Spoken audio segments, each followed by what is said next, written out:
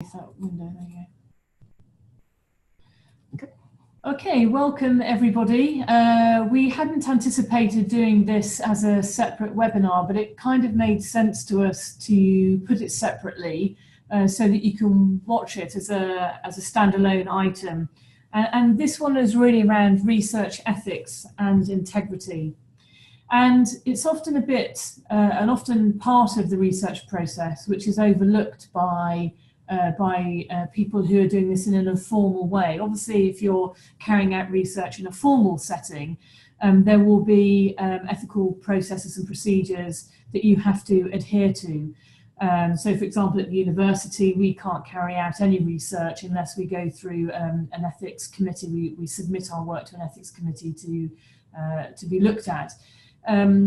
However, that's very different for other people in other organisations, but it's nevertheless a very important topic, and we need to be mindful of other people, of our own biases, of our own value set, and how what we're trying to do does impact upon other people. And this is really around the area of ethics and integrity.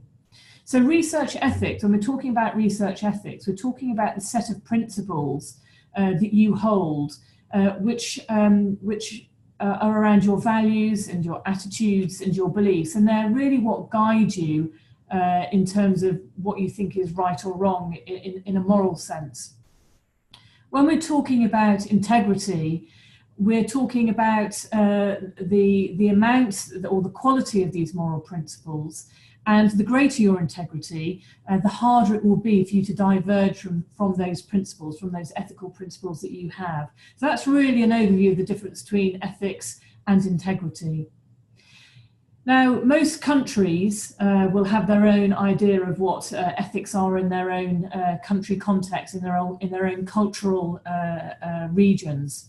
And actually, even within that, within different subject areas, there will be different concepts of what ethics are and what are acceptable as a set of ethical principles. So, for example, what might be acceptable in terms of education research might be slightly different when it comes to research in the health service, or different when it comes to the world of business.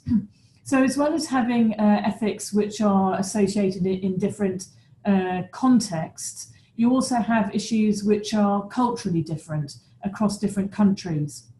However, about 5 or 6 years ago, a whole variety of countries came together and met in Singapore to discuss the idea of ethics and integrity in terms of research that's carried out in a whole variety of contexts and in a whole variety of countries with different cultural norms. And in collaboration, this group of people came up with what's called the Singapore Statement on Research Integrity.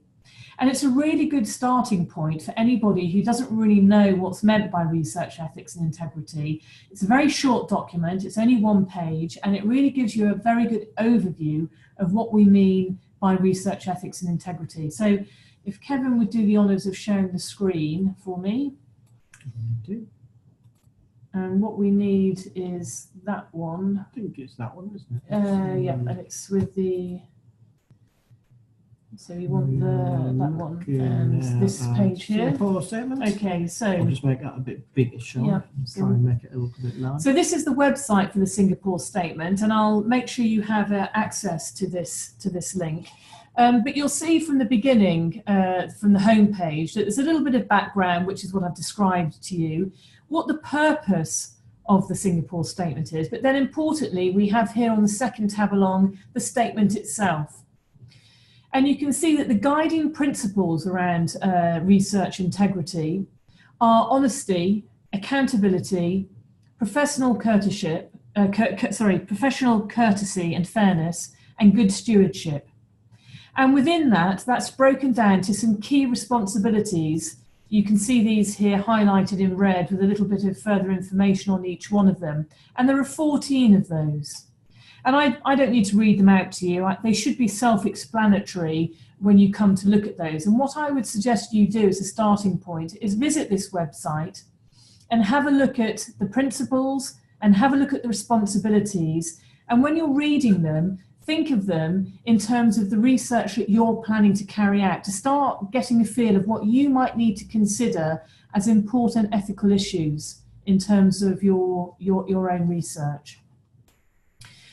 Whilst we're still sharing the screen, what I'll do is I'll take you to the Google Classroom, because what I've posted here is what I think is a fairly common ethical dilemma.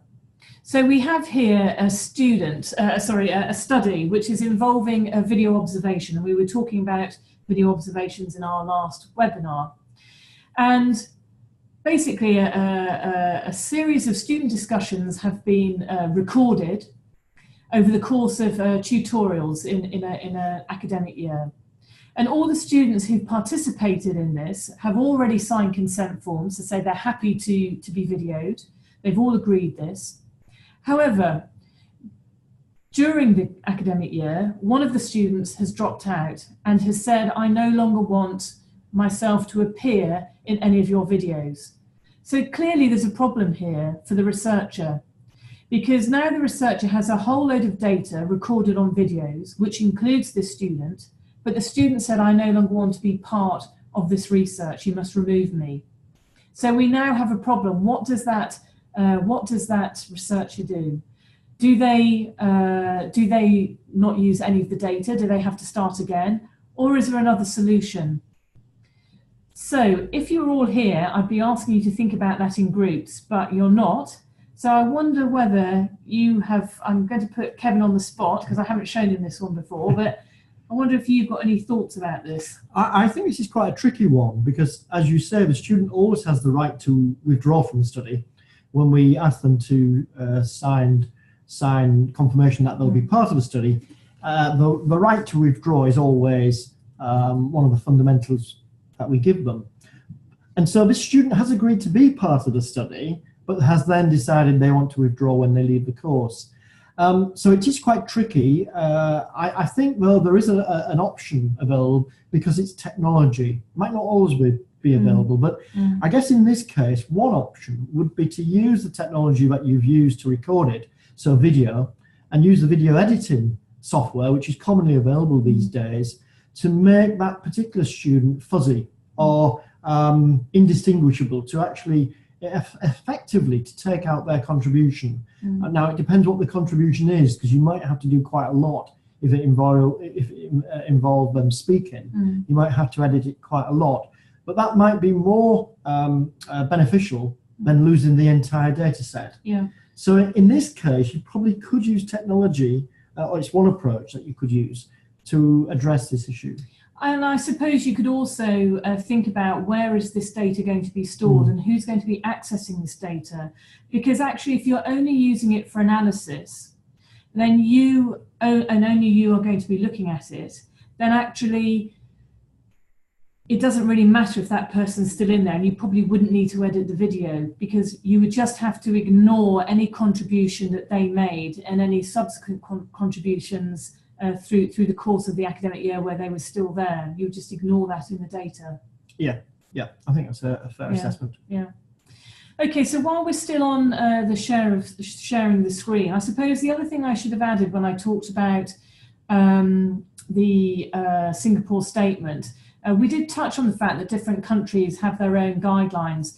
So in England, we have an organisation called BERA, which is the British Educational Research Association. And that really guides a lot of what we do. And they have very clear ethical guidelines for educational researchers. And I had a quick look online yesterday, and I see that actually you also have an educational research association in Sweden.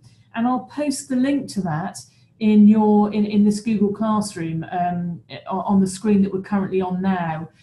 Because I think it would probably be worth your while having a look at that to see if there's any particular ethical advice that they give you in terms of carrying out research in schools.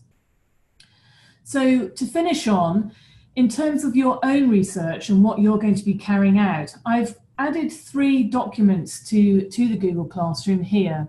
So one is an ethical approval template, and really that's around getting you to think about the ethics specific to your research. And you can use a Singapore statement to help you think about those ethical dilemmas and issues that might occur for you. You can go onto the Swedish Educational Research Association website, see if there's anything there that helps you. But basically the form, if I was you, I'd try and just draft that form and maybe get it signed off by your head teacher or a principal or somebody who's in authority at your school, so that you feel yourself that you have really adhered to ethical and research integrity principles. And in association with that, you will probably need to get some consent from the individuals upon whom you're carrying out the research. So if you're asking parents or other teachers, or maybe you're observing your colleagues in a meeting, you will need to get consent from them that you can carry out this research. And this is a template consent form that you can use or change to however you want to use it, where you can get signed responses from the people who are going to be researched to make sure that they're happy that takes place. And in conjunction with that, we have the leaflet guidance document. So you'll need to inform people before they complete the consent form, which is why it's called an informed consent. And this leaflet guidance is almost like a checklist of things to make sure that you've done in preparation for getting their consent. So those are the sort of the main things that I want you to think about in terms of research, ethics and integrity. Is there anything you'd like to add? No, I think that's covered everything. It's very comprehensive. Okay. Right. Okay. So we'll stop sharing the screen and I think we'll say goodbye. Okay. Thank you very much. At the top.